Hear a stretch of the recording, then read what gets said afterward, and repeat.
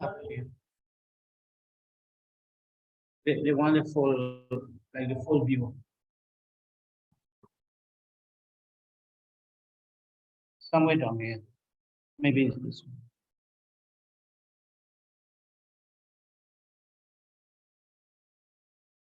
No, to the right. Go to the right. Right. There we next one. I think that is the one, yeah. Yeah, that's what I thought. Okay, great. Thank you, Leona. So we're talking this morning a very troubling talk about our problem of gun violence. And thankfully, I'm in Guyana, we don't have that problem here. But it is a significant problem in the US. And as you can see from this short presentation, it is worrying. Do you remember this one? This is way back in April of '99. And why I brought this up is that this was one of the few cases of shooters who were young. But, you know, the trend in the past was older person. But what we see now is this was Columbine, right? Yeah, I'm sure some of you know that. Peter, you would recognize that, right?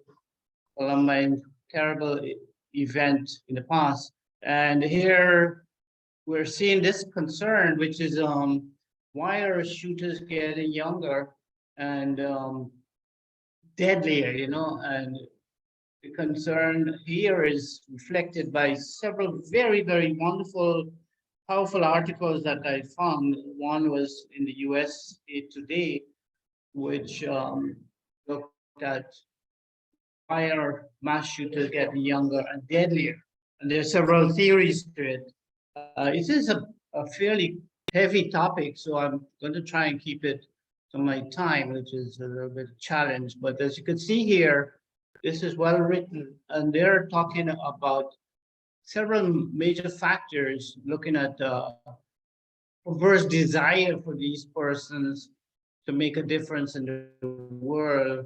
But we're seeing a common pattern of the social media involved, where there's a lot of problems with that media influence on the younger mind. And here's another excellent discourse presented by the New York Times, which is again talking about the young assailants. And here we see that the numbers are getting more. Try to take this was 2018. So apparently after 2017, something shifted. And could it have been the pandemic that caused that shift? Because prior to that, there were only like 2 cases of younger persons for a number of years, almost 30 years. But after 2017, and I think we're looking maybe at the influence of the pandemic, and this was that terrible situation in Texas. So 2018 onwards, and before that, just 2 cases over a period of 94 to 2017. So that's a long time. And that was the one that I showed before, Columbine shooting in 1999, and 2 teenagers did that. And the other one was this infamous Sandy Hook situation in Newtown, and that was way back in 2012. So then there's not that, you know, it exempts the situation from being tragedy that persons were involved, but here we're seeing a trend now of much younger people. And 2023, this year alone, we've had 40 mass shootings across the country, and 73 persons killed, 165 injured. It's just appalling, you know. It's like becoming desensitized to the situation. We shouldn't be. So I'm really appreciative of Rotary bringing it to the fore, because we must never become desensitized to violence. It can happen in even in all countries. You know, I did a presentation once about some of the difficulties in Jamaica with violence and desensitization that happens in communities where people turn their heads away. So we're not going to turn our head away because it's all over the US. It's not one state alone. We're seeing the pattern in every area, even in sure in your state, that you see this trend. So there's been quite a number of these cases just from January this year.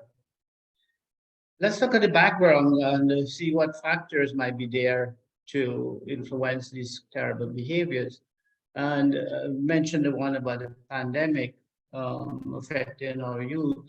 And I think what I'm seeing there as a link is the fact that they were isolated and again using more social media platforms and then getting pulled into the negativity of the media and relationships that are not healthy and people utilizing the vulnerable youngster to do things that are not very healthy for the community.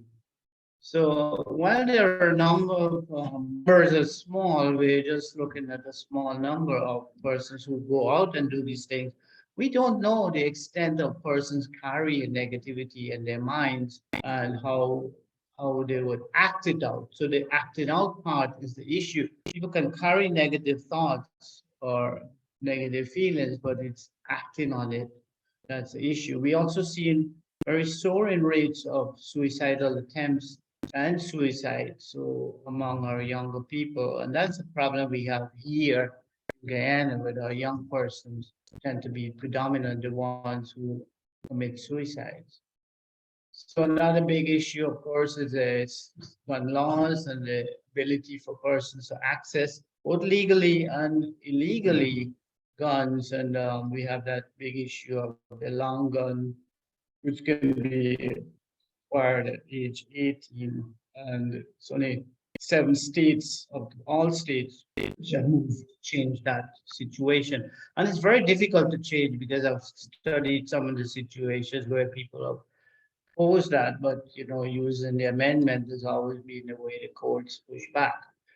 Let's look at some of the evidence that we're seeing about young people, and there are clearly findings from studies that support the fact that young people have issues. And most common issues are they feel like they're losers.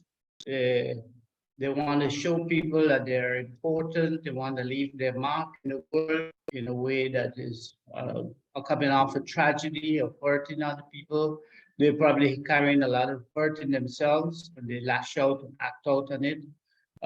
Here's a situation in Texas, Uvalde, Texas, where the youngster was acting out. So this professor, Andrew of Knox College, he actually found that there's studying the behavior and the pattern of personality traits of these young people, that they had a tendency to prove themselves and they carry in significant, deep internal issues that you can't see. We can't see these things in people when we look at them. We can only see it in their behaviors.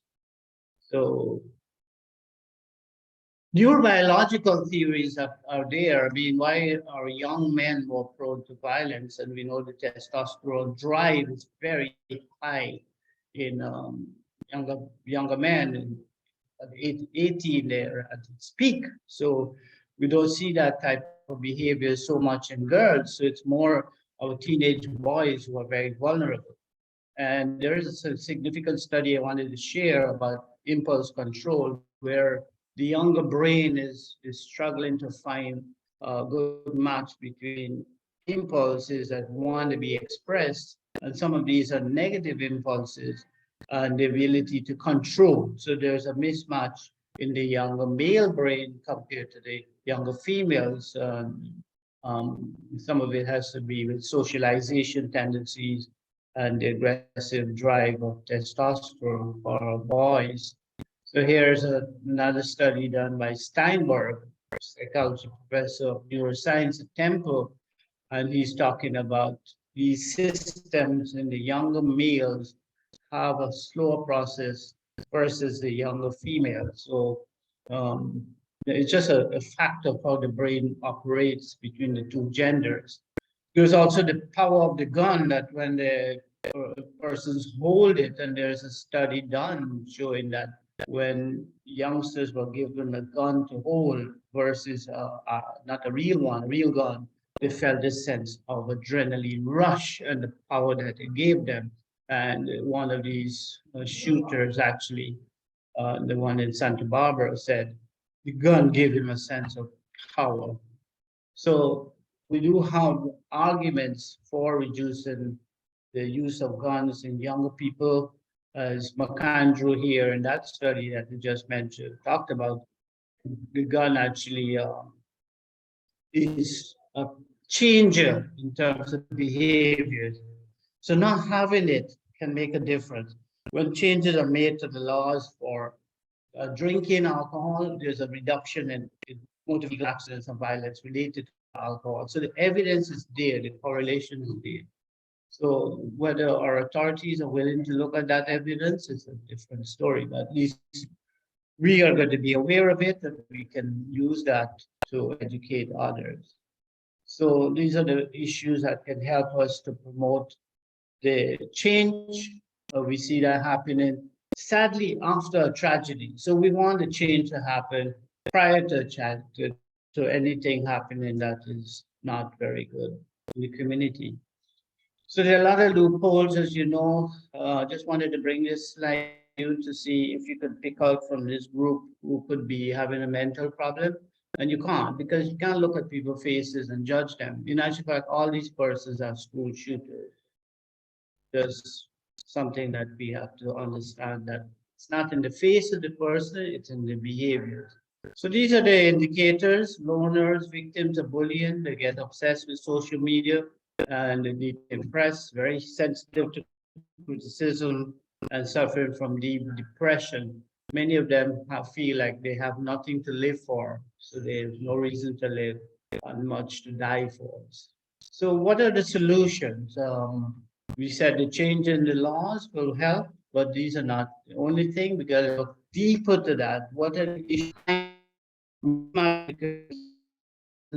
that happens between parents to children that causes the brain of the child to become conflicted? So parental conflict is a major factor helping our children to grow better, so their own development and self-control is very important. Trying to guide them to managing their negative thoughts, very important. Overcoming the stigma, seeking emotional help is also very important. We got to look at the issue of social media and that overstimulation that happens. It's very much there. It's very active. Develop support programs in schools. Get our teams in parts of all over the country in programs of community health. So I will close with that and we can discuss anything that you want out of this session. Again, thank you very much, Dr. Vasconcelos. I hope I kept my time.